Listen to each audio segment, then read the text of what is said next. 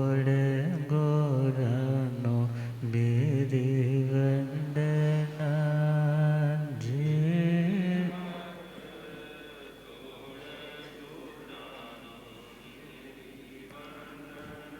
एक बार वंदना हजार बार वंदना, एक बार वंदना लाख बार वंदना, करोड़ बार वंदना, लाख बार वंदना। जे हाथ जोड़े गोरानो मेरी वंदना, जे हाथ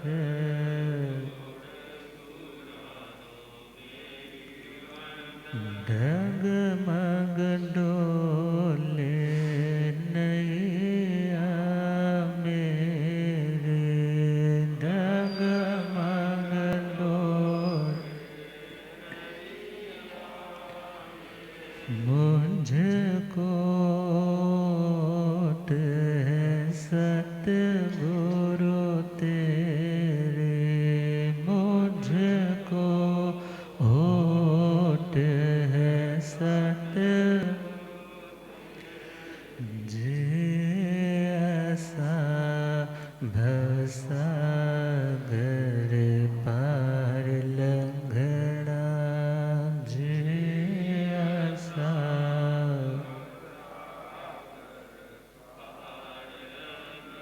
जे हाथ जोड़े गोरानो मेरी वंदना, जे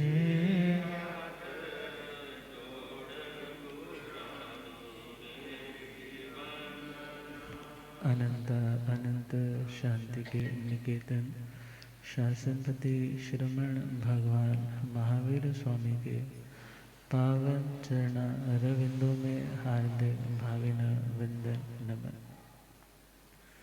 मेरे अंधेरे जीवन को रोशनी प्रदान करने वाले परम उपकारी आगम ज्ञान के भंडार आगम ज्ञाता आगम पुरुष जिन शास्त्ररत्न हिमाचल के श्री उपाध्याय भगवंत श्रद्धे गुरुदेव श्री जितेंद्र मुनि जी महाराज साहब के पावन चरण कमलों में हार्दिक भावना वंदन नमन।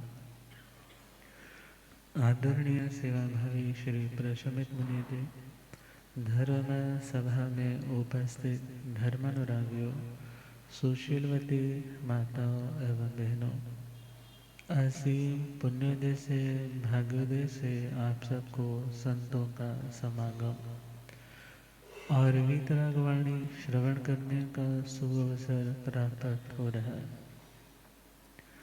श्रवण कर रहे हैं श्री महावीर स्तुति 23वीं गाथा, और उस गाथा में आर्य श्री सुधर्मा स्वामी जी महाराज ने श्रमण भगवान महावीर स्वामी के उन अनुपम अतुलनीय गुणों को दुनिया की सर्वोत्तम वस्तुओं से तुलना देकर समझाने का प्रयास किया। गाथा का उच्चारण कर ले। धनाड़ सेठ भय पयाण, धनाड़ सेठ सच्चे सोवाण भज बयते, सच्चे सो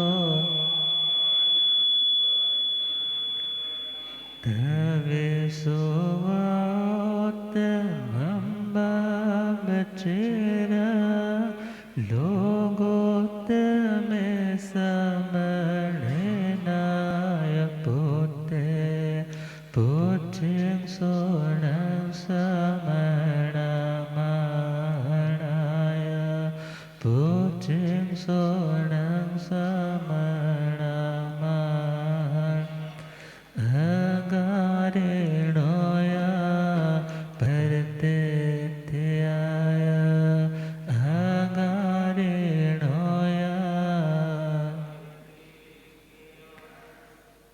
दुनिया में देने वाले समस्त पदार्थों में सर्वोत्तम वस्तु का दान यदि माना गया तो वह है अभय दान। प्राणों का संकट पड़ा हो, भले इज्जत हाथों से जा रही हो, किसी भी बात का भय मन में हो सकता है, और यदि सामने वाले को निर्भय करने का अधिकार आपके हाथों में, और एक लाइन आती है, खुदा ना खास्ता कभी बुरा वक्त आपके सर पर आ जाए, तो आप यही भावना भाओगे, ये सामने वाला मेरे इस भय को दूर कर दे। तो यदि आपके हाथ में अधिकार आ जाते हैं और आप किसी को अभय देते हो, सामने वाले को निर्भय कर देते हो, तो इससे बड़ा दुनिया में कोई दूसरा दान नहीं है। क्वेश्चन आ जाता है, यदि हम उसको छोड़ देते हैं तो उस व्यक्ति ने जो गलत कार्य किया है, जो अनैतिक कार्य किया है, उसका फल उसे कौन देगा? तो विचार करना है, हमें जजमेंट पर बैठने की आवश्यकता नहीं, और ना ही हमें किसी को किसी के कर्म का फल देने में खुद को अथॉरिटी हाथ में लेने की आवश्यकता है, क्योंकि कर्म तो अपना फल दिए बिना किसी को छोड़ता। जहर खाया है तो आपको चिल्लाने की जरूरत नहीं है, अरे जहर इसको मार दे। जहर खाया है तो उसका परिणाम, उसका रिजल्ट उस व्यक्ति को स्वयं भुगतना पड़ेगा। अतः हमारे हाथों में यदि कुछ है, अपने कर्मों की निर्जरा हो सके वो कार्य है अभयदान। सेकंड पॉइंट है, दुनिया में सर्वोत्तम शब्द है सत्य शब्द, मगर सत्य शब्दों में भी सर्वोत्तम सत्य है जिससे किसी का नुकसान ना हो, जिससे किसी को पीड़ा ना पहुंचे। और तीसरा पॉइंट कहा है, दुनिया में तपस्याएं तो बहुत सारी है जिसमें व्यक्ति खूब तपता है। कोई तपस्या कंपीट करने के लिए, आगे निकलने के लिए करता है कि उसने ये तपस्या की है तो मैं भी वो तपस्या करूं। कोई व्यक्ति तपस्या इसलिए करता है क्योंकि इस लोक में वाहवाही मिल जाती है, सम्मान इज्जत मिल जाती है, या मन के वो मनोरथ जो सामान्य साधनाओं से पूरे नहीं हो पा रहे थे, वो व्यक्ति विशेष तप की आराधना करता है, और उस विशेष तप से उस व्यक्ति को इस दुनिया का वो भौतिक वैभव मिल जाता है। और कभी कभी व्यक्ति तपस्या करता है कि मुझे अगले भव में बहुत खुशहाली मिले, मुझे आने वाले भविष्य में स्वर्गों का सिंहासन मिले। तो भगवान ने कहा, न इस लोक के सुख की कामना के लिए तप करे, ना पर लोक में मेरे को दुनिया के सुख मिले, इस इच्छा भावना से तपस्या करे, और ना ही दोनों लोकों की कोई सुख समृद्धि की कामना से तप करे, बल्कि एक ही लक्ष्य कि मेरे कर्मों के बंधन टूट जाए। जिन कर्मों के उदय आने पे मैं गलत ट्रैक पर ना चाहते हुए भी चला जाता हूँ, और फिर उसके बाद गिल्ट कॉन्शियस खुद को पश्चाताप की भट्टी में झोंकना पड़ता है। यदि मैं वो गलत काम करूं ही नहीं तो मुझे खपने की, तड़पने की, स्ट्रेसफुल होने की आवश्यकता ही नहीं पड़ी। तो मेरी तपस्या का यदि कोई फल हो तो हे प्रभु, मेरे वो अशुभ संस्कार नष्ट हो जाएं जो बहुत ही फोर्सिबली मुझे गलत डायरेक्शन में धकेल देते हैं।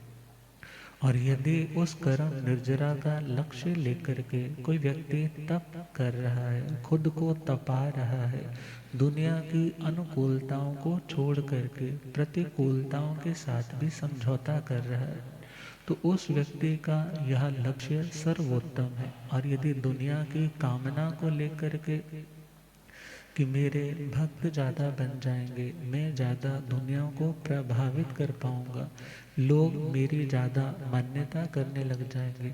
इस भावना से तप किया जाए तो वो आत्मा को मोक्ष के रास्ते से भटका सकता है। तो कहा दुनिया में तपस्याओं तो बहुत सारी है। यदि सनातन पद्धति में भी चले तो वहाँ पर भी चंद्रायण व्रत होता है। जैसे जैसे चंद्रमा की एक एक कला बढ़ती चली जाती है, वो भोजन का एक एक ग्रास बढ़ाते चले जाते हैं।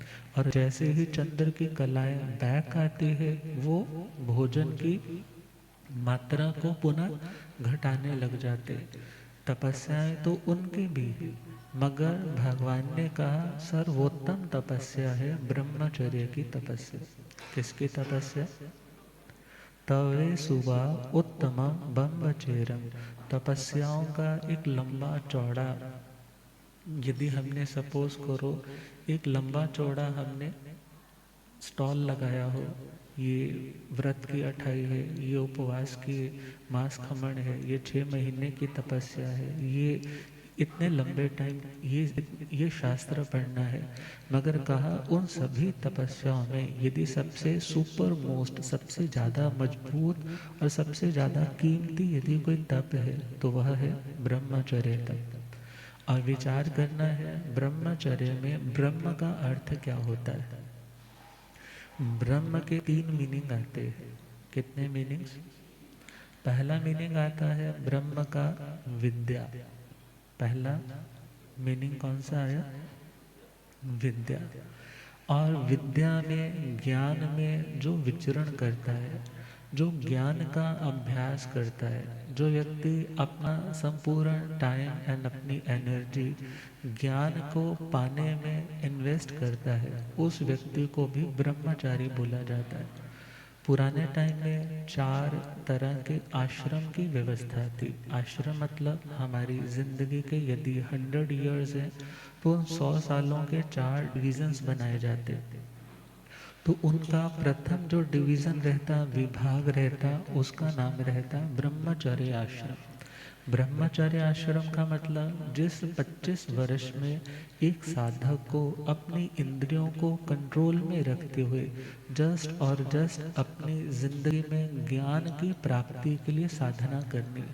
क्योंकि यदि डिस्ट्रैक्शंस की ओर जाएगा, दुनिया की ओर अट्रैक्शंस में जाएगा, तो वो अपने मार्ग से डिस्ट्रैक्ट होगा और वो डिस्ट्रैक्शन उसके डिस्ट्रक्शन का कारण बन जाएगी, उसके विनाश का कारण बन जाएगी। तो सनातन पद्धति में तो जिस जो स्टार्टिंग के साल है उसका नाम क्या दिया? ब्रह्मचर्य आश्रम। तो विचार करना है, पढ़ने में व्यक्ति को अपने मन को समझाना पड़ता है, खाने पीने पे नियंत्रण रखना पड़ता है, क्योंकि ज़्यादा चटपटा, ज़्यादा राजसिक भोजन करने वाले स्टूडेंट लाइफ में बच्चों का मन भी फिर नियंत्रित नहीं रहता, क्योंकि भोजन से हमारा व्यवहार प्रभावित होता है। और यदि भोजन हमारा सात्विक होगा तो हमारे व्यवहार में भी वो सात्विकता, वो एक लिमिट्स दिखाई देने लग जाएंगे।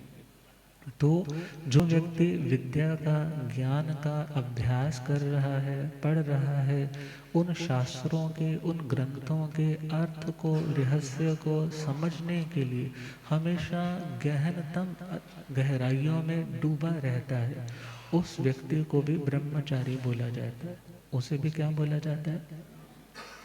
और दूसरी तरह का ब्रह्मचारी, ब्रह्म का सेकंड मीनिंग है आत्मा। दूसरा मीनिंग आत्मा, जो अपनी आत्मा में चर, चर के 2 मीनिंग होते हैं, एक गति और दूसरा भक्षण। गति का मतलब चलना, बढ़ना, भक्षण का मतलब किसी चीज को, किसी चीज का सेवन करना। तो यहाँ पर दूसरा मीनिंग है आत्मा, आत्मा में विचरण करना। आत्मा में विचरण करने का मतलब सिंपल सा मीनिंग, आत्मा से भिन्न जो जो पदार्थ है वहां से अपने ध्यान को हटा करके रखना।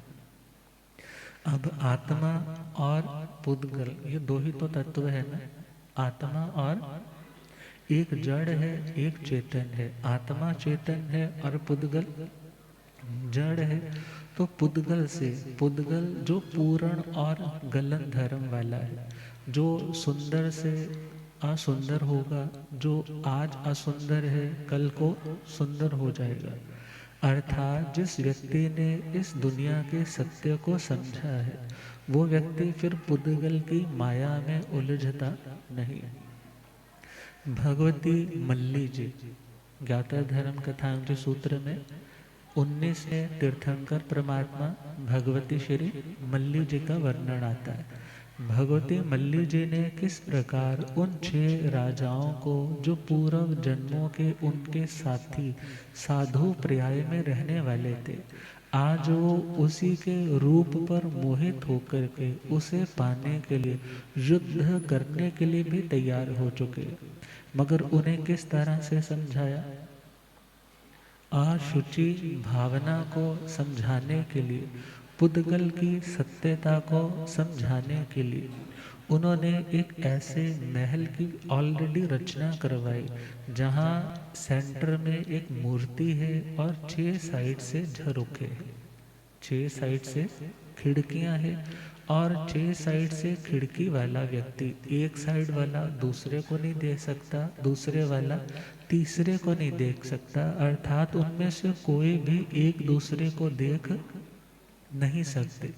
मगर सेंटर में जो सोने की रतन जड़े जो प्रतिमा पड़ी है, और उस प्रतिमा को सारे निहार सकते हैं, और वो हूबहू मल्ली जैसी ही प्रतिमा थी, और फूलों का गुच्छ भी सिर के ऊपर लगाया है, और उस मूर्ति के अंदर क्या है, जब तक तो वो निहार रहे थे, उस मूर्ति को देख करके अपने भावों को अलग अलग रूप में व्यक्त कर रहे थे कि ये भगवती मल्ली तो हमें मिलनी चाहिए, हमें मिलनी चाहिए। मगर जैसे ही भगवती मल्ली जी ने अपनी दासी से उस मूर्ति का ढक्कन उठवाया, क्योंकि वो जब भी भोजन करती तो एक ग्रास अपने भोजन का किस में डाल देती, उस मूर्ति में, और फिर ऊपर से ढक्कन बंद कर देते। मगर आज वो सब पहुंच चुके हैं, और उन्होंने जैसे ही ढक्कन उठाया तो भोजन के गलने के कारण, सड़ने के कारण दुर्गंध, फाउल स्मेल पैदा हो गई, और जैसे ही वो स्मेल बाहर की ओर आने लगी, सारे छी छी थू थू करने लग पड़े। तो उसी टाइम भगवती मल्ली जी ने उन सभी को प्रतिबोध दिया कि तुम जिस देह के प्रति इतने आसक्त हो, वो तो अशुचि का, गंदगी का ढेर है, इसके अलावा तो और वह कुछ भी नहीं है। क्योंकि शरीर के, देखे ना, इन दोनों कामों से भी क्या निकलता है, मैल ही तो निकलती है ना। आंखों से सुबह फ्रेश हुए हैं, शाम तक पता नहीं 1-2 बार तो आंखों से गिद्ध आ ही जाती है, रात को सोए हैं, सुबह फिर आंखों से। अब नासिका से क्या बहता है, बोलो? नासिका से कोई अमृत तो झरता नहीं। भले बचपन में बच्चे हो, जब नलियां गिरती हैं तो उसकी और जीभ लगाते हैं, मगर वो तो कोई अच्छी चीज तो गिरने वाली। और हमारे इस मुख से क्या निकलता है, जब वॉमिटिंग होती है ना, पित्त पड़ता है, तो सारी वो सुंदरता बाहर दिखाई देती है, कितनी सुंदरता है देह में। और आगे चले तो मूत्र के स्थान से कोई अमृत तो निकलता नहीं, मल के स्थान से गंदगी के अलावा तो कुछ झरता नहीं। और तो और हमारे जितने भी रोम राशि है, रोए हैं, वहाँ से भी पसीना ही निकलता है, वहाँ से कोई उत्तम चीज का स्राव नहीं होता। और जब वहां से कुछ उत्तम निकलता नहीं, तो ऐसी गंदगी की पुतली बोलो, गंदगी का ढेर बोलो, ऐसे के प्रति क्या प्रिय करना, क्या आसक्ति करना। और जैसे ही उन 6 राजाओं ने ये बात सुनी है, तो पूर्व जन्मों की स्मृतियां हो आई, और उस पूर्व जन्म की स्मृति के साथ ही सभी प्रतिबुद्ध हो गए। तो खैर, तपस्याओं में सर्वोत्तम तपस्या कौन सी तपस्या? ब्रह्मचर्य की तपस्या। और ज्ञानी भी तो वही है जो ज्ञान पाकर के खुद को वासना के मार्ग से रोक करके उपासना के मार्ग से जोड़ सके। वासना सिंपल समझे, यदि आपने अपने पानी के ग्लास में, खाली ग्लास में, सपोज करो आपने प्याज रखा है, कांच के ग्लास में क्या रखा, प्याज रखा है, और एक कांच के ग्लास में आपने इलायची रखी है, एक कांच के ग्लास में आपने लौंग रखा है, और तीनों ग्लास में आपने पानी भर दिया शाम के टाइम। और जैसे ही सुबह हुई और आपने वो पानी जैसे जैसे कंज्यूम करना था कर किया, और उसके बाद बर्तन तीनों के तीनों खाली हो गए। मगर शाम तक उस प्याज वाले ग्लास से कौन सी स्मेल आती है, प्याज की ही आती है। इलायची वाले से कौन सी आती है। अब विचार करना है, जैसी वस्तु रखी होगी वैसी ही वास आएगी। वास समझते हैं ना, वैसे ही वास आएगी। उस वास से ही बना है वासना, उस वास से ही क्या बना है शब्द, वासना। अब अच्छा संस्कार है तो उसकी अच्छी वासना होगी। अच्छा संस्कार मतलब अच्छा कर्म है, हमने अच्छी भावनाएं भाई है, वो कर्म रिजर्व है। और जैसे ही उसका कर्म का उदय भाव आएगा तो उसकी बास कैसी आएगी। यदि अच्छा है तो अच्छी आएगी, और यदि बुरा है तो बुरी आएगी। और जिस व्यक्ति ने उस वासना के चक्कर से भी ऊपर उठना है, उपासना की ओर बढ़ना है, तो वो जानता है कि मुझे इन कर्मों से भी ऊपर निश्चय से शुद्ध ज्ञाता दृष्टा भाव में स्थिर अपनी आत्मा का चिंतन करना है। तो खैर, तपस्याओं में सर्वोत्तम तपस्या ब्रह्मचर्य की तपस्या। तभी तो लिखने वाले ने लिखा, पाके सच्चा ज्ञान जेड़े वासना नु मार दे, पाके सच्चा ज्ञान जेड़े वासना नु मार दे, तार जांदे आपे नाल जग नु वितार दे, तार जांदे आपे नाल। पाके सच्चा ज्ञान जेड़े वासना नु मार दे, पाके सच्चा ज्ञान जेड़े वासना नु तार जांदे आपे नाल जग नु वितार दे, तार जांदे आपे नाल जग नु वे। जग नालो प्रीत तोड़ प्रभु नाल जोड़ दे, जग नाल प्रीत तोड़ प्रभु नाल, विषया विकारा वल्लो मोह नो मोड़ दे, विषया विकारा वल्लो मोह नो मोड़ दे, वंड देन सुख जेड़े दुख नो सहार दे, वंड देन सुख जेड़े दुख नो सहार। तार जांदे आपे नाल जग नो बितार दे, तार जांदे आपे नाल जग नो वे। पाक सच्चा ज्ञान जेड़े वासना नो मार दे, पाक सच्चा ज्ञान जेड़े तार जांदे आपे नाले जग नो वितार दे, तार जांदे आपे नाले। दुनिया दे ममता दे विच नहीं फसदे, दुनिया दे ममता दे विच नहीं कंडिया दे विच रह के फुल्ला वांगू हसदे, कंडिया दे विच रह के फुल्ला वांगू खिड़े रहंदे प्यार विच सच्ची सरकार दे, खिड़े रहंदे प्यार विच सच्ची सर। तार जांदे आपे नाले जग नो वितार दे, तार जांदे आपे नाले। माया दे कलेश वाला तोड़ के जंजालियो, माया दे कलेश वाला तोड़ के जन हक दी कमाई विच रहिंदे मालो मालियो, हक दी कमाई विच रहिंदे मालो। पाए ओन्या हीरे मोती सच्चे दरबार दे, पाए ओना हीरे मोती सच्चे दर। तार जांदे आपे नाले जग नो वितार दे, धारे जादे आपे नाले पाके सच्चा ज्ञान जेड़े वासना नो मार दे पाके सच्चा ज्ञान जेड़े धर जादे आपे नाले जग नो वितार दे धर जादे आपे नाले। और भगवान तो कहते हैं कि जहाँ पे ब्रह्मचर्य है वहाँ पर स्वयं भगवत स्वरूप है। अर्थात ब्रह्मचारी के लिए कौन सी साधना है जो सिद्ध नहीं हो सकती, और बिना ब्रह्म के की जाने वाली सिद्धियां जल्दी से साध्य नहीं हो पाती।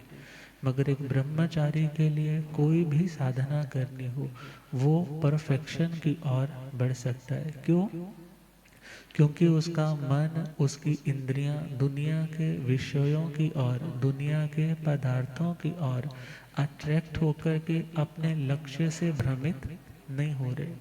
और कहा है क्षण मित सुखा बहुकाल दुखा पगाम दुखा अणिगाम सुखा संसार मोक्ष स विपक्ष भूया खाणी अणथाणु काम भोगा।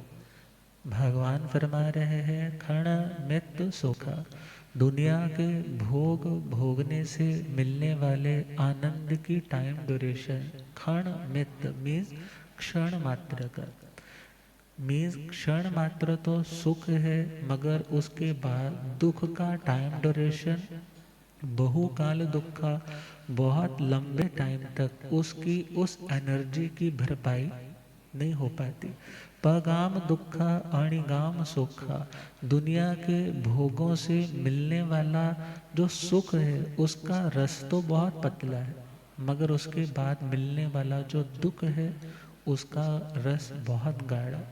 और भगवान फरमाते हैं संसार मोक्ष विपक्ष भूया, संसार का मार्ग मोक्ष के मार्ग से बिल्कुल विपरीत मार्ग है।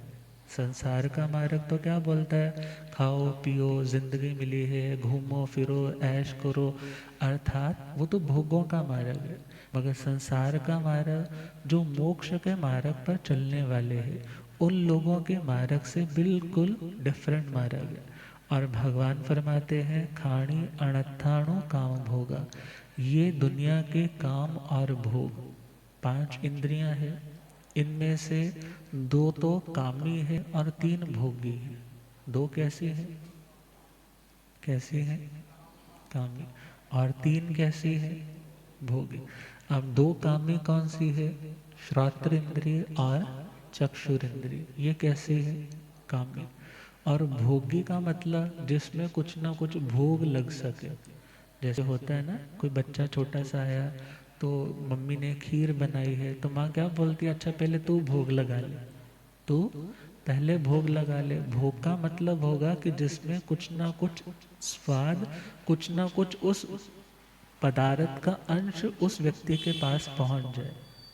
क्योंकि जब हम शब्द सुनते हैं तो शब्दों का पुद्गल कोई हमारे ऐसे जाकर के चिपकता नहीं है, और कुछ देखते हैं तो उसकी फोटो भी चिपकती नहीं है, बल्कि आपने देखा तो वो तो डबल रिफ्लेक्शन के बाद जाकर के वो तो रेटिना पे जाके वो फोटो आ गई और उसने ब्रेन को मैसेज भेज दिया और उसने रिकॉग्नाइज कर लिया ये क्या चीज़ है।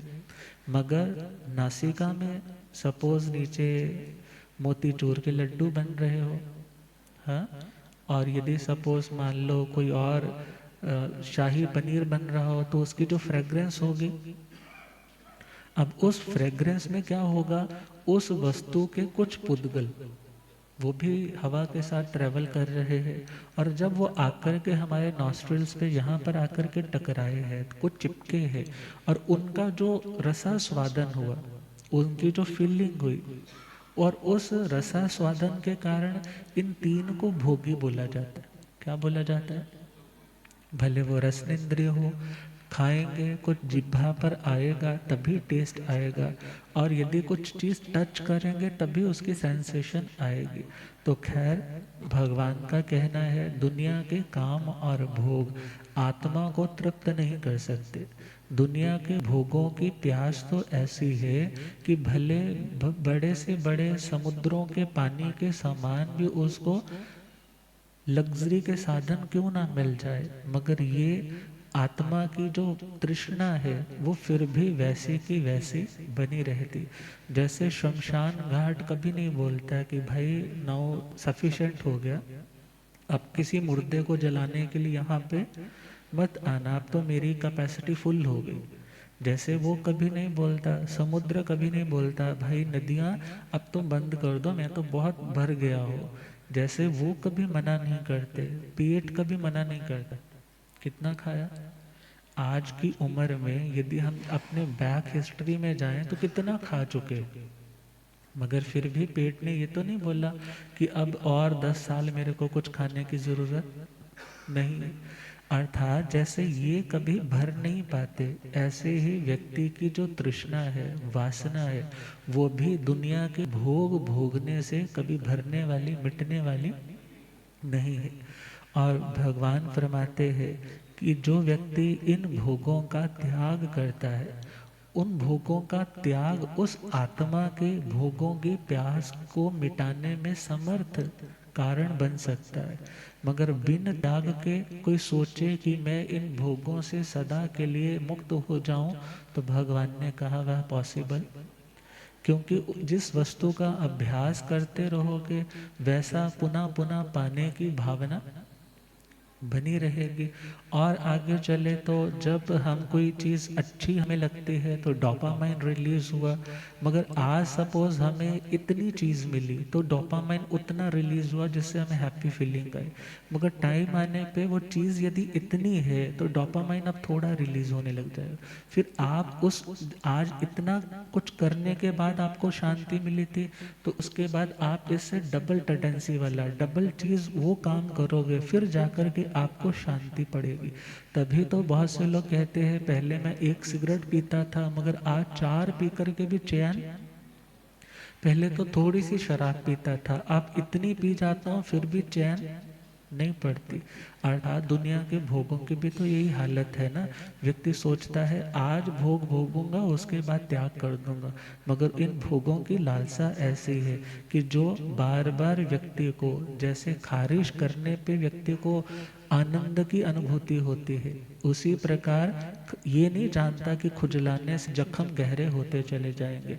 ऐसे ही भोगों की जो प्यास है व्यक्ति को और भोगों के प्रति आकर्षित करती है, और वो व्यक्ति और कमज़ोर और वीक साधना के मार्ग पे और ज़्यादा डावाडोल होने लग जाता है। और विचार करें, धन्य है वो विजय सेठ और विजया सेठानी, कैसा उत्तम उनका गृहस्थ अवस्था में रहते हुए जीवन था। कच्छ देश के अरहत दास सेठ है और अरहत दासी उनकी पत्नी, और उनके सुपुत्र का जन्म हुआ जिसका नाम रखा विजय कुमार। क्या नाम रखा? संतों का सानिध्य बचपन से मिल रहा है, और उस सानिध्य से पूर्व जन्म के उत्तम संस्कार जागृत भी हुए, दृढ़ भी हुए। और उसने सोचा कि चलो दुनिया में है तो गृहस्थ दशा में प्रवेश भी करना पड़ेगा, मगर हाँ ब्रह्मचर्य की ऐसी उत्तम महिमा सुनी कि देव दानव गंधर्वा जख रखस किन्नरा बम्ब यारिंग नमक संति दुख करंजे करंती तम। अर्थात देव दानव गंधर्व जितने भी देवी देवता है, होलसम देखे जितने भी देवी देवता, वो उस ब्रह्मचारी को नमस्कार करते हैं। क्या सोच करके कि जो काम हम नहीं कर पाए वो साधना ये कर रहा है। तो मन में आया कि मैं भी ब्रह्मचर्य का कुछ ना कुछ तो नियम लूं। तो उन्होंने गुरु महाराज से आकर के निवेदन किया कि मेरे को महीने के कृष्ण पक्ष का, कृष्ण पक्ष मतलब महीने का एक पक्ष हो गया, इन दिनों का मेरे को आजीवन ब्रह्मचर्य का नियम दे दीजिए कि मैं अब्रह्म का, कुशील का सेवन नहीं करूँगा। और जैसे ही इधर जहाँ शादी होनी है और उधर नाम है विजया, और वो विजया भी साधुओं के सानिध्य में आती है, जाती है। अब संतों ने तो यही चीजें बतानी है, और जब उसके ऊपर प्रभाव पड़ा तो उसने अपनी गुरुनी जी महाराज से शुक्ल पक्ष, जो 15 दिन है शुक्ल पक्ष के उन्होंने क्या ले लिए, सौगंध ले ली कि मैं कभी भी इन दिनों में अब्रह्म का सेवन नहीं करूंगी। और टाइम आने पे दोनों की शादी हो जाती, टाइम आने पे दोनों की शादी होगी। अब शादी हुई है बड़े गाजे बाजे के साथ, शहनाइयों के साथ, मंगल प्रवेश भी हुआ है, पहली रात है। और जैसे ही पत्नी तो सोच रही है चलो मैंने 15 दिन के लिए थे, इसने कौन सा कोई नियम ले रखा होगा। और पति सोचता है कि मैंने ही 15 दिन का लिया था, इसने कौन सा कोई ले रखा होगा। मगर जैसे ही दोनों इकट्ठे हुए हैं और वो कह रही है कि मेरी तो 15 दिन की सौगंध है, और वो बोल रहे हैं मेरी भी, मेरा तो कृष्ण पक्ष का नियम है, वो बोलती है मेरा तो शुक्ल पक्ष का नियम है। अब जैसे ही एक दूसरे की बात सुनी, उन्होंने कोई रास्ता नहीं निकाला। ये नहीं कहा कि चलो हम 15 दिन जाकर के नियम बदलवा लेते हैं, महाराज को बोलते हैं ऐसी तकलीफ आ गई है। ये भी ऑप्शन नहीं दिया कि आप दूसरी शादी कर लीजिए, बल्कि उन्होंने डिसाइड किया कि हमें इस गृहस्थ आश्रम में रहते हुए भी ब्रह्मचर्य के अभ्यास का सर्वोत्तम हमें अभ्यास केंद्र मिला है। इसलिए हम दोनों घर में एक छत के नीचे एक बेड पर रहते हुए भी एक दूसरे के प्रति भाई और बहन की तरह रहे। और दोनों ने जब एक दूसरे की बात सुनी, दृढ़ प्रतिज्ञा भी कर ली, और समय कटने लगा। और उस प्रतिज्ञा के साथ एक बात और रखी कि जब दुनिया के लोगों को कभी किसी को पता चल जाए कि इन दोनों का क्या है, इन दोनों का भाई बहन का रिश्ता है, पति पत्नी का रिश्ता नहीं है, हम उसी दिन सब कुछ छोड़ करके अणगार वृत्ति को, साधु वृत्ति को अंगीकार कर लेंगे। और जैसे ही समय बीत रहा है और बहुत अच्छे से व्यतीत हो रहा है, और एक टाइम आया अंग देश की राजधानी चंपा नगरी, और उस चंपा नगरी में एक बार एक सेठ जिनका नाम है जिनदास, और वे संतों के, भगवंतों के बहुत अनुनय विनय करने वाले श्रमणोपासक 12 व्रतधारी, मन में बड़ा ख्याल आया कि मैं साधु साध्वी जी महाराज को भिक्षा देकर के अपनी आत्मा को लाभान्वित करूं। और भावना क्या आई कि मैं एक जगह पे, एक स्थान पे 84,000 साधु सतियों को भोजन बहराऊं। अब इतने सारे साधु सती जी महाराज तो कहाँ से लेकर आने थे। अब उसी नगरी में एक बार विचरण करते करते तीर्थंकर परमात्मा विमल केवली जी, तीर्थंकर नहीं विमल केवली जी पधारे। और जब विमल केवली जी पधारे तो उन्होंने जाकर के अपनी वो भावना उनके श्री चरणों में रखी कि मेरी भावना है कि मैं एक साथ कितनों को भोजन करवाऊं, 84,000 साधु सतियों जो।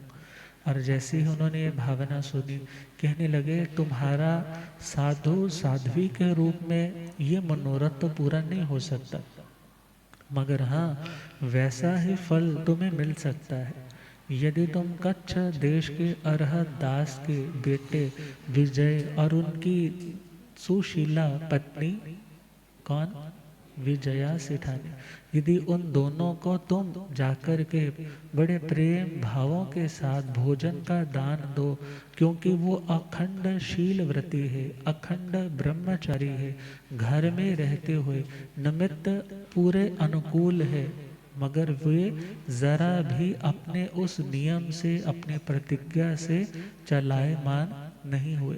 यदि आप उन्हें भोजन करवाएं तो आपको वो लाभ मिल सकता है। और जैसे ही ये भावना सुनी, वो पहुंच गए हैं खूब तैयारियों के साथ, हाथी घोड़े और कई लोगों को साथ लेकर के, और पूरे नगर में मानो एक जश्न है, एक लहर है, एक उत्सव है, एक इतना बड़ा सेठ एक दूसरे सेठ के घर में आया। लोग पूछते हैं क्या हुआ, लोग पूछते हैं क्या हुआ, बोलता है मेरे को तो बस विजय और विजया के चरण स्पर्श करने हैं, उनको वंदन करके उनको भोजन का लाभ देना है और खुद को लाभान्वित करना है। और जैसे ही पहुँचे हैं और उन्होंने कहा भाई तुम हमारे को भोजन दान क्यों देना चाहते हो, आपके पास भी घर में कोई आ जाए। बोले जी आप बैठो दोनों और आप दोनों के पैर धो कर के मैंने आपको भोजन की थाली परोस करके आपको खाना खिलाना है, तो डाउट हो जाएगा। क्या होगा, पता नहीं कुछ किया कराया ना हो। हाँ, आजकल तो किए कराए का बड़ा पंगा है ना। मगर उस श्रावक श्राविका ने क्या सोचा कि श्रावक घर पे आया है तो कोई कारण होगा। पूछा हे श्रीमान आप यहाँ पर कैसे आए, तो उन्होंने वो सारी स्टोरी बताई कि भगवान विमल केवली जी ने आपके अखंड इस शील व्रत की महिमा सुनाई और मेरा जो संकल्प था उन्होंने कहा उनको आहार दान देने से वो पूर्ण हो सकता है। तो बड़े भावनाओं के साथ उनको भोजन करवाया, भोजन करवा करके खुद को बहुत संतोष हुआ और सारे परिवार में खुशी की लहर है। खुशी की लहर किस चीज़ की, खुशी की लहर किस चीज़ की, कि इतना हमारे घर में कोई उत्तम प्राणी रह रहा है। और जैसे ही घर वाले लोगों को पता चला, नगर वालों को पता चला, सब लोग जय जयकार कर रहे हैं। अब उन्होंने ये सोचा कि अब तो दुनिया को पता चल गया। तो उन्होंने अपनी उस प्रतिज्ञा के अनुरूप जाकर के साध्वी जी के चरणों में, पावन श्री चरणों में जाकर के जैन भागवती दीक्षा अंगीकार कर और विचार करना है स्थूली भद्र महाराज की जीवनचर्या का। आर्य श्री स्थूली भद्र जी जिनको 10 पूरब तो सूत्र और अर्थ रूप पूरी तरह से उनके हृदयंगम थे, उन्होंने पाए थे। और जो 4 पूरब थे वो सूत्र रूप थे मगर अर्थ रूप नहीं थे। और युग प्रधानाचार्य श्री संभूत विजय जी महाराज के ये देखा जाए बड़े सर्वोत्तम शिष्य थे। और उन्होंने तो कोशा वैश्या के घर जहाँ 12 साल लगाए थे, कितने साल, और जिसकी सेवा में लगभग 12 करोड़ स्वर्ण मुद्राएं घर से आती रही और वो लुटाते रहे। मगर टाइम आया कि उनके पिता शकडाल एक बार षड्यंत्र का शिकार हो गए और उनकी मृत्यु हो गई। और उनके छोटे भाई श्रीयक से कहा कि बेटा, राजा ने कहा कि मैं सब कुछ जान गया हूँ, यह वर रुचि का ही सब किया कराया था, मगर मैं चाहता हूँ कि आप अपने पिता के स्थान पे मंत्री पद को ग्रहण करो। मगर उन्होंने कहा मेरे बड़े भाई अभी जीवित है, मेरे बड़े भाई अभी जीवित है, अतः मैं यह पदवी नहीं ले सकता। कहा बड़े भाई को बुला लो।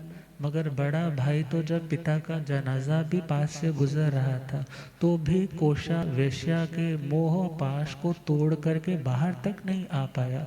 अरे वो कहाँ से आएगा। मगर वहाँ मैसेज पहुँचा है कि हे भाई, मैं चाहता हूँ कि आप मेरे स्थान पे पिता की गद्दी को संभालिए। मगर जैसे कैसे वो उस व्यवस्था को समझ करके घर तक लौटा। राजा ने पूरा ऑफर किया कि आपको हम मंत्री पद देना चाहते हैं। उन्होंने कहा मुझे विचारने का समय दो। एक उद्यान में जाकर के पूरी गहराई में जाकर के सोच रहे हैं कि जिस साम्राज्य ने इतने बड़े षड्यंत्र के माध्यम से मेरे पिता की मृत्यु करवा दी, अर्थात भले उन्होंने आत्महत्या ही की हो, मगर जब उन्होंने उस मृत्यु का आलिंगन किया तो ऐसी राज सत्ता मेरा भी कल्याण नहीं कर पाएगा। और ऐसा सोच करके उन्होंने आर्य आचार्य श्री संभूत विजय जी महाराज के श्री चरणों में जाकर के जैन भागवती दीक्षा अंगीकार कर। और जब दीक्षा हुई है और इधर कोशा वैश्या आंसू बहाती है, विलाप करती है, रोती है कि मुझे छोड़ करके क्यों जा रहे, मगर वो अपनी साधना में दृढ़ता के साथ आगे बढ़ रहे। और उन आचार्य के 4 प्रमुख शिष्य हैं। कितने शिष्य, क्योंकि स्टोरी 4 के ऊपर ही फोकस्ड है, तो 4 मुख्य शिष्य रहे होंगे। तो उन्होंने चतुर्मास के लिए अपनी अपनी लोकेशंस के बारे में बताया कि गुरु महाराज कि हम अपनी ज़िंदगी में कुछ विशेष साधना करना चाहते हैं। पहले ने कहा कि हे गुरुदेव, मुझे आज्ञा दीजिए, मैं शेर की गुफा के पास चतुर्मास कंप्लीट करके आपके श्री चरणों में आऊं। ये किस लिए? कि मैं अपने भय संज्ञा को जीत सकूं। किसको जीत सकूं? और दूसरा आया, कहने लगा गुरुदेव मुझे भी आज्ञा दीजिए, जहाँ पर विषधर वो सांप रहता है उसकी बांबी के पास में जाकर के अपनी साधना करूँगा। तीसरा आया, कहने लगा मुझे भी आज्ञा दीजिए गुरुदेव, मैं कुएं की मंडेर के पास खड़े होकर के ध्यान साधना में अपना चतुर्मास कंप्लीट करूँगा। गुरुदेव ने आज्ञा दे दी। जो चौथे थे, कौन? स्थूलिभद्र जी। उन्होंने भी आकर के निवेदन किया कि हे भगवान, मुझे आज्ञा दीजिए कि मैं उस कोशा वैश्या की श्रृंगारशाला में जाकर के चतुर्मास करूं। पहले तो उन्होंने सुना, मगर वो युग प्रधानाचार्य हैं, जानते हैं कि संघ की प्रभावना और इसके इस ब्रह्मचर्य का और निखार आएगा। आज्ञा दे दी। और वो भी समय आया जब कौशा वैश्या उसे अपने द्वार पर आते हुए देख बहुत प्रसन्न है, मानो मन मयूर नाच रहे हैं, सोच रही है कि चलो सुबह का भूला शाम को घर लौट आए, उसको भूला नहीं कहते। वो जैसे ही संतों को देखा उनके चरणों में लिट गई, कहने लगी हे मेरे प्राणनाथ, आप मुझे छोड़ करके क्यों चले गए थे? देखो आपके जाने के बाद मेरे देह की कांति कुम्हला गई, मैं खाने पीने से रहित होने लग पड़ी, मेरा कहीं पर भी मन नहीं लगता। पता नहीं कौन से जन्मों का पुण्य उदय में आया कि स्वयं मेरे द्वार पे मेरे प्राणों के रक्षक पहुंच गए। उन्होंने कहा कि हे बहन, हमें आपकी श्रृंगारशाला में रुकने की अनुमति चाहिए 4 महीने के लिए। कहने लगे 4 महीने क्या, मैं तो सारी उम्र के लिए आपके चरणों में खुद को बिछाने को तैयार हूँ। और उसने आज्ञा प्रदान कर दी। मगर उन्होंने पहली शर्त लगा दी कि मेरे देह से तुम्हें कुछ दूरी पर रह कर के बात करनी है, मेरे देह का स्पर्श नहीं करना। और वो समय भी आया कि जब वो अलग अलग तरीके से, क्योंकि श्रृंगारशाला है, अलग अलग तरह के वहाँ पे पोर्ट्रेट्स भी लगे हैं, वो श्रृंगार 16 श्रृंगार से सज धज कर के उनको कामुक चेष्टाओं के माध्यम से उनकी उस सोई हुई वासना को जागृत करने की कोशिश करती है। मगर उसके हाव भाव, उसके कटाक्ष आर्य स्थूल भद्र जी को जरा भी विचलित नहीं कर पाए। और जब उनकी साधना की कठोरता देखी, समझी, और एक दिन वो खुले में ही कहने लग पड़ी कि मैं तो आपको इतना चाहती हूँ, मगर आप हो जो इतनी भरी जवानी में, जो बुढ़ापे में करने वाले काम है, ये दीक्षा इत्यादि आप जवानी में लेकर के बैठ गए हो, इसको छोड़ो और साधु बनना है तो वृद्धावस्था में बन जाना। मगर जैसे ही बात सुनी और आर्य स्थूल भद्र जी ने उसको वैराग्य से भरपूर जिन देशना देनी प्रारंभ कर दी और भोगों की लालसा को उस आग के समान बताया जो कभी भी बुझने वाली नहीं। क्योंकि 3 तरह के वेद हैं, स्त्री वेद, पुरुष वेद और नपुंसक वेद। स्त्री वेद की तुलना की जाती है उपलों की आग से। उपले समझते हैं ना? उपले, जैसे वो उपले धीरे धीरे धीरे धीरे ठंडे होते, ऐसे ही जब स्त्री वेद का उदय आता है, पुरुष की चाह होती और वो वासना भी शांत होने में वक्त लगा। और जो पुरुष वेद है वो तिनकों की आग है, एकदम तो जलती है मगर शांत जल्दी हो जाती। मगर नपुंसक वेद ऐसा है, वो तो नगर दाह के समान है, जैसे शहर जलने लग जाए, मीन्स उनकी वासना की तृप्ति नहीं हो पाती। तो उसको हर तरह से समझाया कि ये गंदगी का घर है, इस गंदगी में सारभूत आत्मा है, उसका ख्याल करना चाहिए। और जैसे जैसे उनकी वो वैराग्य भरी बातें सुनी तो उसका भी मोह का नशा कम होने लगा। और चतुर्मास का अंतिम दिन आने लगा और उसने चरणों में मस्तक रख कर के कहा कि आप बहुत उत्तम आत्मा है, मगर मैं आप जैसी उत्तम तो नहीं बन सकती, मैं साध्वी चर्या तो नहीं पाल सकती, मगर मैं आपसे 12 व्रतों को धारण करना चाहती हूँ। मगर चौथे व्रत में यदि राजा के ओर से कोई व्यक्ति भेजा जाए या राजा स्वयं आए, उसका आगार, मगर अन्य पर पुरुष को मैं जरा भी सम्मान इत्यादि नहीं दूंगा।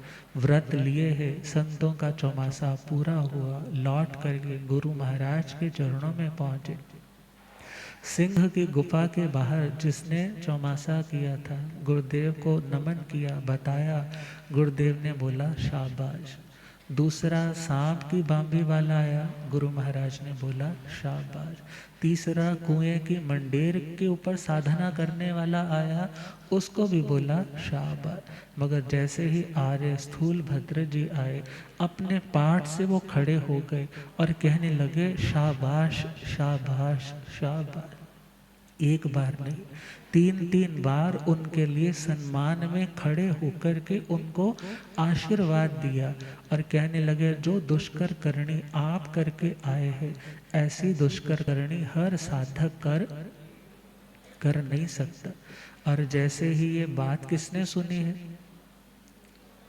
सिंह गुफावासी मुनि ने, ईर्ष्या आ गई। कहने लगे ये कौन सी बड़ी बात है, अगला चौमासा आएगा मैं करके दिखाऊंगा, आप यूं ही इसको इतनी वैल्यू दे रहे हैं, मानना कि ये मंत्री पुत्र है। गुरुदेव पधार। हो रब मेरा सत। अभी अभी अभी एक बार बैठ जाइए। गुरुदेव नीचे उनका जो ब्लड डोनेशन का काम का स्टार्टिंग है वहाँ मंगल पाठ देने गए हैं, बैठ जाइए। तो वापस लौटे हम उसी कोशा वेश्या के वेश्यालय की ओर, मगर वो शायद अब वेश्यालय नहीं बल्कि वो तो श्राविका का घर बन गए। और ऐसे ही वेश्याओं का वर्णन पूज्य श्री चौथमल जी महाराज, जैन दिवाकर श्री चौथमल जी महाराज के जीवन में भी आता है कि उन्होंने कई वेश्याओं को श्राविका बनाया, कई वेश्याओं को श्राविका बनाया। और ऐसे ही महामनस्वी आर्य स्थूल भद्र जी, तो आर्य स्थूल भद्र जी की रीस करता हुआ वो संत अगले चौमासे में वहाँ पहुँचा, मगर उस कोशा वैश्या ने अपना उपयोग लगाया कि ये यहाँ पर क्यों आया है। जब सारी बात पता चली कि ये तो आर्य स्थूल भद्र को नीचा दिखाने के लिए आया है, तो उसने अपनी भाव भंगिमा, अपना हार श्रृंगार करके जैसे ही संध्या के टाइम गुजरी है उधर से, और वो तो मानो जैसे पतंगा आग की लौ को देख करके मरने के लिए तैयार हो जाता है, वो तो उसके चरणों में गिर गया, काम याचना करने लग पड़ा। मगर उसने कहा कि हम तो पैसे वालों के प्रति ही समर्पित है, तुम कुछ लाओ फिर हम कुछ सोचेंगे। बोले क्या चाहिए। कहने लगे लाख स्वर्ण मुद्राओं का एक रतन कंबल जो नेपाल का राजा देता है, यदि तुम वो ले आओगे तो हम तुम्हारे लिए प्रस्तुत है। उसने ना चौमासा देखा, ना वर्षा देखी, ना आव देखा, ना ताव देखा, वहाँ से चल पड़ा और जैसे कैसे वहाँ से वो कंबल लेकर के पहुँचा। और जैसे ही कंबल उसको सौंपा है तो उसने अपने गंदे पांव धोकर के अभी साफ किए थे और उससे पैर पहुँचे और उसको कहाँ फेंक दिया, नाली। और क्या कहा, क्या कहा, संत कहने लगा तो कितनी मूर्ख है, मैंने इतना महंगा कंबल ला कर के दिया और तुमने पांव पहुँच करके उसको नाली में फेंक दिया। कहने लगे हाँ मैं मूर्ख हूँ, मगर तुम्हारी जितनी नहीं, तुम तो महामूर्ख हो, जिसे ज्ञान दर्शन चारित्र का इतना उत्तम कंबल गुरुओं ने प्रदान किया और तुम उसको भोगों की गंदगी के साथ मैला करके फेंकना चाहते हो। धिक्कार है तुम्हारे ऊपर। जैसे ही खुद को संभाला, एहसास हुआ कि मैं गलत मार्ग पर था। और वो वहाँ से जैसे ही चौमासा कंप्लीट हुआ और पहुँच गए और जाकर के सबसे पहले स्थूल भद्र जी को वंदना की और बाद में आचार्य श्री संभूत विजय जी को वंदना की और अपने सारे उस कृत का आलोचना करके प्रायश्चित लिया। कहने लगे, हे भगवान, वास्तव में आपकी साधना उत्कृष्ट है। हर सामान्य साधक ऐसी साधनाओं में उत्तीर्ण हो नहीं सकता। और कहते हैं उसी कोशा के पास एक बार राजा ने एक रथकार को भेजा और वो कई कलाओं में पारंगत था। अब उसकी सेवा में आया है तो कोशा का नियम भी क्या है, यदि कोई ऐसा राजा की ओर से भेजा जाए तो मेरा नियम वहाँ पे खुला है।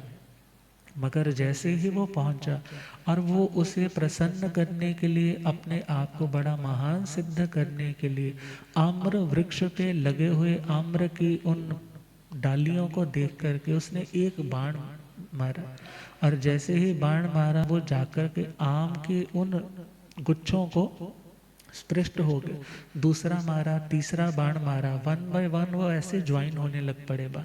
और फिर जो लास्ट वाला बाण था उससे उसने उसको पकड़ा और आम को ला करके उसके पास रख दिया। बोले, ये है मेरी कला। मगर जैसे ही उसने ये बात सुनी, कहने लगी, ये तो कोई दुष्कर कार्य, मुश्किल कार्य नहीं है। और उसने उसी टाइम अपने आंगन में सरसों का ढेर लगवाया। किसका ढेर? सरसों का ढेर लगवाया और उस सरसों के ढेर में लंबी लंबी सुइयां रखवाई और सुइयों के ऊपर फूल लगवाए और उन फूलों के ऊपर उसने नृत्य करके दिखाया। मगर एक भी सुई उसके पाँव में चुभी। वो तो देख करके हैरान हो गया, अरे ये तो बहुत मुश्किल काम है, बहुत दुष्कर काम है।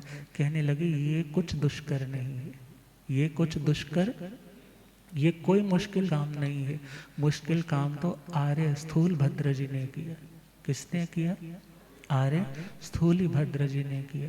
और इसीलिए वो लाइन आती है, मंगलम भगवान वीरो, मंगलम गौतम प्रभु, मंगलम स्थूल भद्राद्या, जैन धर्मोस्तु मंगल।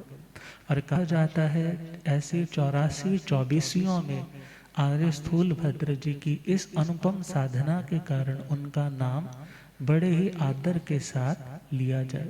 मगर आर्य स्थूल भद्र जी भी किनके वंशज हैं? भगवान, बोलो, भगवान महावीर स्वामी के ही शासन के अणगार है ना। तो जिनके आने वाली नई पौध इतनी ज़्यादा दृढ़ धर्मा है, तो वो स्वयं कैसे दृढ़ धर्मा होंगे? वीर प्रभु भगवान को कैसे जाने, वीर प्रभु भगवान उन जैसा बनने के मन में बिठाने हो, वीर प्रभु भगवान उन जैसा बनने के मन में। आर्य सुधर्मा जी से पूछे श्री जम्बो, आर्य सुधर्मा कृपा करो स्वरूप प्रभु का जाने, वीर प्रभु भगवान को कैसे उन जैसा बनने के मन में। विद्यात्मशील का यह ब्रह्म है वाच, विचरण कर इनमें नहीं बन भोगों के याच। विद्यात्मशील का यह ब्रह्म है वाच, विचरण करे इनमें नहीं बन भोगों के याच। पार बुझाओ से करना सागर तो है दोस्त, वीर प्रभु किया मुक्ति में बिस्तर, सर्वोत्तम तपराज के सम प्रभु को जाने, सर्वोत्तम तपराज के सम प्रभु को, उन जैसा बनने के मन में हो वीर प्रभु भगवान, उन जैसा बनने। तो जहाँ भगवान के शिष्य संपदा में इतनी दृढ़ता, तो भगवान में तो अनुपम दृढ़ता। जब संगम देवता ने अपने कष्ट दिए, उसमें अनुकूल कष्टों में, क्योंकि प्रतिकूल कष्ट तो जिसमें दुख हो, अनुकूल कष्ट जिसमें उनकी परीक्षा हो। और वो अनुकूल कष्ट कौन से? जिसमें भगवान के सामने नृत्य करते हुए, काम की याचना करते हुए अप्सराएं मंडरा रही है, मगर भगवान ने दिल से भी उनकी चाहना नहीं की। और कहा जाता है, यदि हम भगवान आदिनाथ जी का वो मंगलमय भक्ताम्र स्तोत्र ले, तो 15वीं गाथा आती है ना, चित्रम किमत्र यदि ते दिशांग नाभि नीतम मनागपि मनो न विकार मान। अब विचार करना है, जो मंदर पर्वत है, कहते हैं सामान्य पर्वत तो यदि भूकंप आता है तो हिलने लग जाते हैं, मगर मंदर पर्वत, मेरू पर्वत कभी हिलता। इसी प्रकार भगवान महावीर स्वामी या तीर्थंकर आत्माएं कभी भोगों का सामने आडंबर कितना भी क्यों ना हो, मगर वो मेरू पर्वत की तरह निष्कंप रहने वाली आत्माएं कभी भी डावाडोल होती नहीं। और दुनिया में भोजन छोड़ना आसान है, भूखे रहना आसान है, किताबें पढ़ना आसान है, मगर अपने मन को नियंत्रित रखना ये आसान।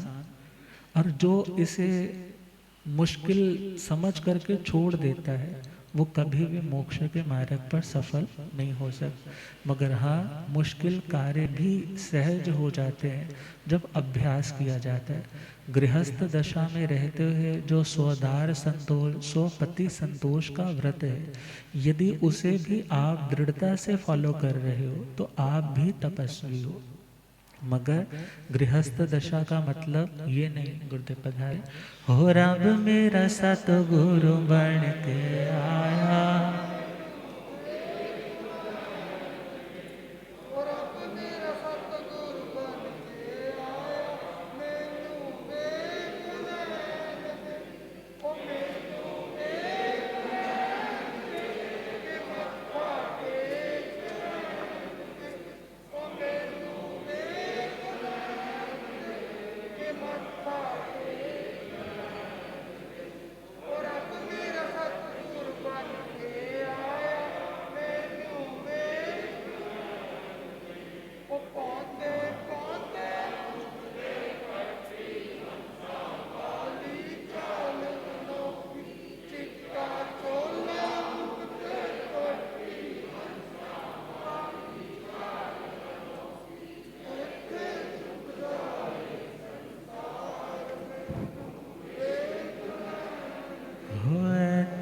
झुकदाए संसार मैनू,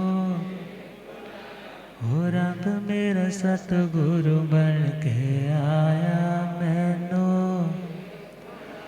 ओ पौंदे पौंदे पानी देंदा सुके, बूटे हरे कर देंदा, पौंदे पौंदे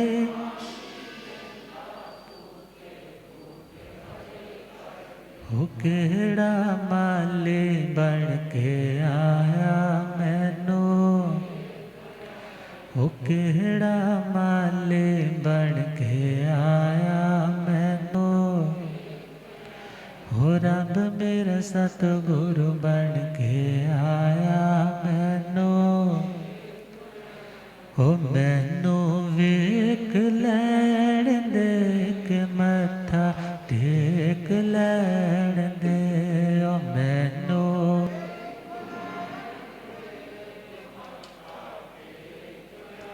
हो रब मेरा सतगुरु बन के आया मैनो, भूलिया आगम ज्ञाता आगमपुर जन शास्त्र तन हिमाचल केसरी उपाध्याय भगवंत श्रद्धे गुरुदेव श्री जितेंद्र मुनि जी। तो गृहस्थ आश्रम जो सदाचार की मर्यादा में रह करके ब्रह्मचर्य का अभ्यास है, वो अभ्यास भी यदि बढ़ता चला जाए तो उन्हें विजय विजया की तरह, उन्हें आर्य स्थूल भद्र जी की तरह आत्म सुख का अनुभव करवाने में समर्थ हो सकता है। और जो आनंद आत्मा में है वो सुख पुद्गल में कभी हो नहीं सकता। और जिन आत्माओं ने आत्म सुख को उपलब्ध किया, उन्हीं के तो ये मंगलमय वचन है कि दुनिया के सुख आत्मा को सच्चा सुख देने में समर्थ नहीं। तो ब्रह्मचर्य में ब्रह्म शब्द का एक अर्थ हमने समझा विद्या, दूसरा अर्थ है आत्मा, और तीसरा अर्थ है शील। शील का मतलब आचार भी है, शील का मतलब स्वभाव भी है, शील का मतलब समाधि भी है, शील का मतलब कंट्रोल भी है। तो जिन आत्माओं ने इसका भी अभ्यास किया वे आत्माएं भी ब्रह्मचारी है। और ब्रह्मचारी का जो उत्तम आदरणीय स्थान है वो दुराचारी का ना तो इस लोक में है और ना परलोक में। एक साधु महाराज आपके घर में आ जाए और सपोज अकेली बहन किचन में भी हो तो कोई उन पे शंका, और वही घर में कोई दुराचारी है और घर में कोई अकेली बहन है और यदि वो पतिव्रता सतीव्रता है तो वो पहले ही बोल देती है दरवाजे पे कि अभी हमारे घर पे नहीं है, आप दूसरे टाइम पर आना। अर्थात जो उत्तम है उस व्यक्ति को कहीं पर भी परेशानी। और जो नारद कच्छुल नारद का भी हमने अंतर्गत जी सूत्र में सुना था, अब उन्हें भी यदि रानियों के अंतःपुर में उनके ऋणिवास में एंट्रेंस करने का यदि उनके देखा जाए तो कोई रोक टोक नहीं लगाई गई थी, वो भी उसी एक गुण के कारण, ब्रह्मचर्य के कारण। और उनके ब्रह्मचर्य के कारण उनको कहीं भी आने जाने से कोई रोकता नहीं। तो इसके बारे में कुछ और बातें वो कल श्रवण करेंगे। आप श्रद्धे गुरुदेव जी महाराज साहब कृपा करें इन्हीं भावनाओं के साथ। ओम शांति।